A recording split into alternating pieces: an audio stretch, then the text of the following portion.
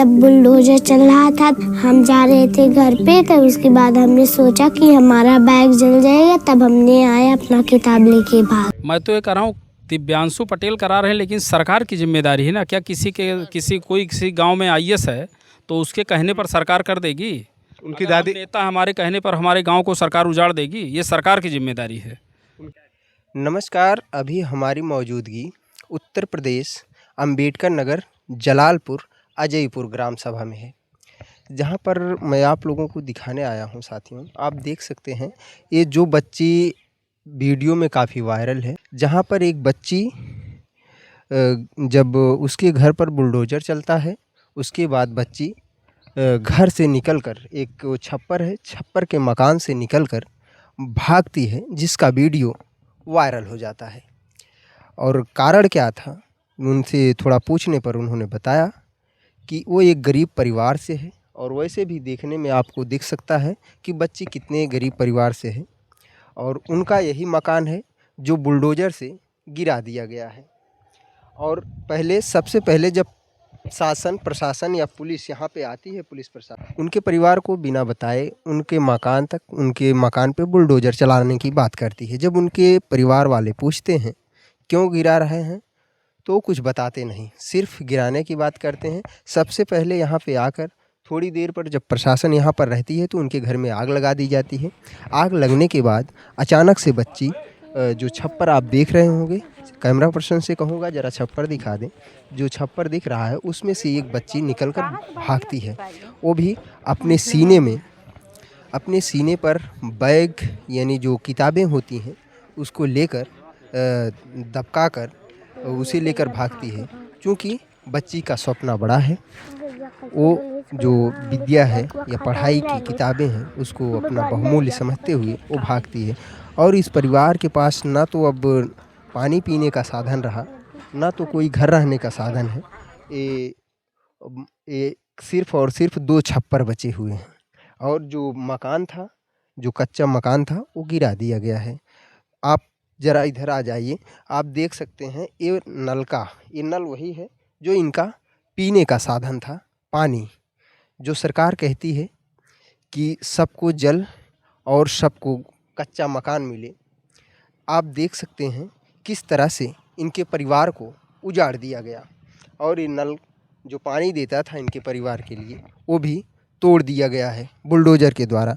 क्या मैं योगी सरकार से कहना चाहूँगा, क्या शासन या सरकार की तरफ से ऐसी अनुमति है शासन प्रशासन को कि किसी गरीब परिवार का घर उजाड़ दिया जाए या फिर उसे गिरा दिया जाए?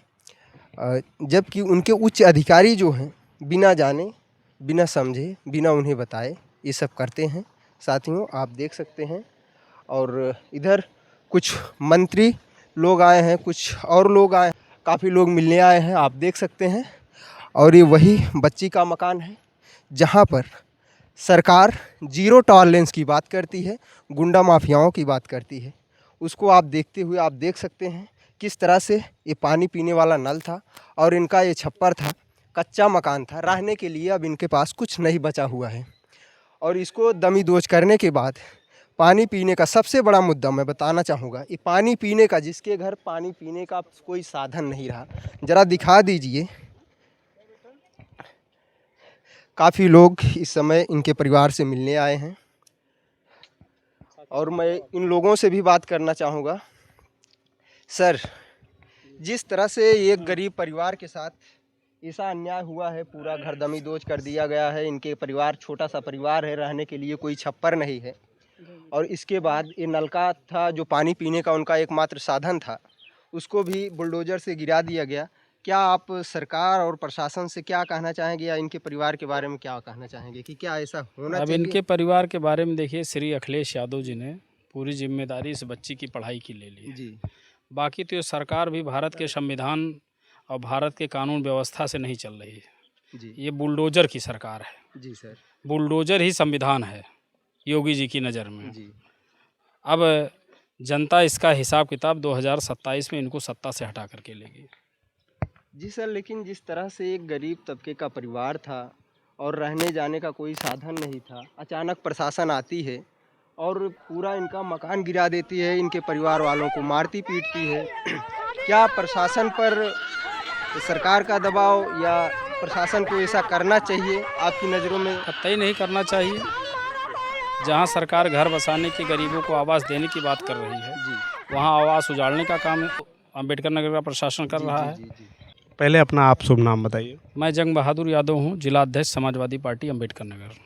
पीड़ित का आरोप है, पीड़ित का कहना है कि ये एक दिव्यांशु पटेल करके हैं, सरकार पे पहले आरोप न दे करके दिव्यांशु पटेल करके हैं, जो कि इस ग्राम सभा में आईएएस चयनित हुए हैं। उनकी ड्यूटी मुरादाबाद में, ऐसा बताते हैं। तो पीड़ित का आरोप है कि मुरादाबाद में इनकी ड्यूटी है, वही डमी डोज करवाए हैं। अब दिव्यांशु पटेल के ऊपर इनके परिवार का आरोप है। अब दिव्यांशु पटेल पहले तो जब नौकरी नहीं पाए थे, आपके संज्ञान में होना चाहिए कि दिव्यांशु पटेल आईएएस की लिस्ट से बाहर थे। नहीं, 2000 पार्टी सुनिए, समाजवादी पार्टी ने ही इस लड़ाई को लड़ा जो आरक्षण में खिलवाड़ हुआ था। समाजवादी पार्टी और समाजवादी पार्टी के सांसद आदरणीय धर्मेंद्र यादव जी लड़ाई को लड़, जिसके तहत इनका चयन हुआ। तो गांव में इनको इस तरीके का कार्य नहीं करना चाहिए, मैं इसकी निंदा करता हूं। लेकिन सरकार से जानना चाहता हूं कि या किसी आईएएस या किसी मजबूत आदमी के कहने पर सरकार किसी का घर उजाड़ देगी, सरकार किसी के छप्पर को गिरा देगी? क्योंकि ये सरकार की जिम्मेदारी है ना। क्योंकि पीड़िता का बयान है, पीड़िता जैसे उनकी अनन्या की, जो अनन्या है इस समय काफ़ी चर्चित चेहरा बनी हुई है, आप लोग देख सकते हैं। काफ़ी चर्चित चेहरा बनी हुई है। मुख्यमंत्री जी, अखिलेश पूर्व मुख्यमंत्री जी इनको सप्रेम भेंट भी दिए हैं और उसके बाद पढ़ाई का जिम्मा पूरा लिए हैं। तो यही कहना चाहूँगा, पीड़ित का, इनकी दादी का जो आरोप है कि सब दिव्यांशु पटेल ही करा रहे हैं। मैं तो ये कह रहा हूँ दिव्यांशु पटेल करा रहे हैं, लेकिन सरकार की जिम्मेदारी है ना। क्या किसी गांव में आईएएस है तो उसके कहने पर सरकार कर देगी? उनकी दादी, नेता हमारे कहने पर हमारे गांव को सरकार उजाड़ देगी? ये सरकार की जिम्मेदारी है। उनकी दादी का कहना है कि अधिकारी अपनी आप बीती बताते हैं हमसे कि भैया हम दबाव में हैं, हम प्रेशर में हैं। तो दिव्यांशु पटेल को मुख्यमंत्री बना देना चाहिए। अगर दिव्यांशु पटेल के कहने पर जिला प्रशासन चलता है तो उन्हीं को मुख्यमंत्री बनाना चाहिए उत्तर प्रदेश का। क्यों? आपका शुभ नाम क्या है? सिद्धार्थ मिश्रा, समाजवादी पार्टी के नेता हैं इसी विधानसभा के। तो ये गरीब तबके का जो आशियाना था उजाड़ दिया गया, इस तरीके से पहले जलाया गया, जलाने के बाद फिर इसको डमी डोज कर दिया गया। इस विषय पर आप क्या कहना चाहते हैं? ये बेहद अमानवीय हुआ इस परिवार के साथ, अनन्या बिटिया के साथ, और हम सब पूरी समाजवादी पार्टी और समाजवादी पार्टी। और ये एक मानवीय संवेदना का विषय है, संवेदनशीलता का विषय था, लेकिन ये बेहद संवेदनहीनता हुई इस परिवार की। सरकार तो बड़े बड़े वादे करती है, जैसे कि पहले भी इसके रूल्स हैं, अधिनियम है कि 149 के तहत प्रोवाइड किया जाता है, प्रोत्साहन दिया जाता है। 122 भी लेखपाल के द्वारा होती थी। क्या सब कथित तौर पे नहीं कर सकती थी सरकार? नहीं, सरकार को बिल्कुल व्यवस्था करना चाहिए। माननीय अखिलेश यादव जी ने कहा कि उस परिवार को प्रधानमंत्री आवास दें। अगर किसी की पैरवी पर, किसी के कहने पर, क्या प्रशासन के पास अपना विवेक नहीं है? बताइए, यहाँ पर एक पानी पीने की व्यवस्था, नल थी, नल तक को उखाड़ दिया गया। जो सरकार इतना ज्यादा फैलाव कर रही है, तो ये मनुष्यता, संवेदनशीलता। और इस बिटिया का जो वीडियो वायरल हो, पूरे देश में, पूरी दुनिया में वायरल हुआ। और ये जो किताब लेकर के भागी है, उसका ये संदेश है कि ये भी आईएएस बनेगी। और ये दिव्यांशु पटेल जी, और मैं किसी का नाम नहीं लूँगा, ये किसी का घर नहीं उजाड़ेगी, ये घर बसाने का काम करेगी।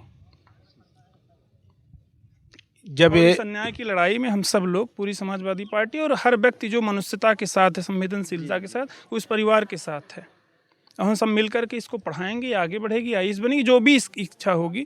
हमारे नेता माननीय अखिलेश यादव जी ने में पूरी मदद का आश्वासन दिया है और बैग भेजा, सारी चीज़ें, सारी व्यवस्था, इसको 1 लाख रुपए का अनुदान दिया गया और हम सब इसके साथ हैं।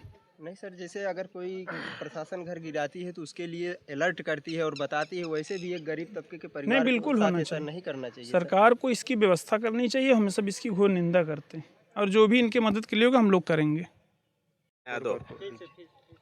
क्या नाम है आपका? अनन्या यादव। अनन्या यादव। ये वही लड़की पढ़ती हो? कक्षा 2। जब आपका घर गिराया जा रहा था तो आप को क्या सूझा? आपको बर्तन निकालना चाहिए था, सामान निकालना चाहिए था, तो आप बैग लेके भागे क्यों ऐसा? क्योंकि हम बैग से पढ़ते थे। अच्छा, उस समय आग यहाँ पे लग चुकी थी। हाँ, कौन लगाया था आग?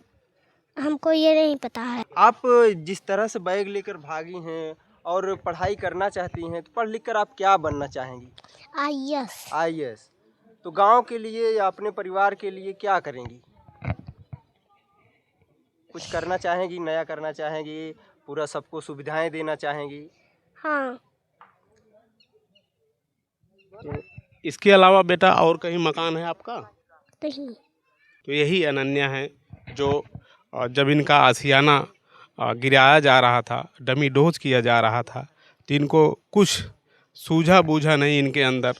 तो इनको सबसे कीमती, सबसे हीरे जवाहरात से सबसे कीमती, बेशकीमती, सबसे अमूल्यवान इनकी शिक्षा का जो बस्ता होता है अपने सीने से लगा करके झोपड़ी से अपने बाहर की तरफ लेके भागती हैं और आज वो पूरी दुनिया में वायरल हो रहा है। तो ये अनन्या की माता जी हैं, हम इनसे जानना चाहेंगे कि आपका मकान क्यों डमी डोज कर दिया गया? ये तो भैया हम इतना ना जान पाए कैसे कैसे का भला प्रशासन से सब कहले है कुल।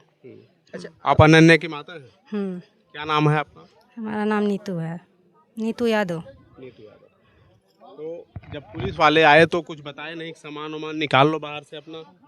नहीं, कोई पहले नहीं बताया, पहले मतलब यहाँ आए, पुलिस आए, उसके बाद बुलडोजर आया, मतलब यही सब आए, उसके बाद गिरवाने का प्लान कर दिए तुरंत। कुछ कहे नहीं पहले से। नहीं, कुछ पहले सूचना नहीं दिए थे नहीं। कि ऐसा किया जाएगा, आपके साथ डमी डोज किया जाएगा, ऐसी कोई कस्बा नोटिस वोटिस नहीं दिए थे? नहीं, पहले नहीं कुछ दिए थे। तो साथियों, ये था यहाँ का मार्मिक दृश्य। और मैं सभी से कहूँगा, मैं इस परिवार का जो मेन सदस्य होंगे उनका कुछ जो स्कैनर होता है या फ़ोन नंबर मैं अपने मोबाइल या वीडियो पर लगा दूंगा। आप इनका भैया ज़रा घर दिखा दीजिए। घर देख ही सकते हैं किस तरह से है, जिस गरीबी हालत में इनका बीत रहा है। सभी समाज वर्गों से मैं कहना चाहूँगा कि इस परिवार की मदद करें और ताकि वो बिटिया एक अच्छे लेवल पर पढ़कर जा सके।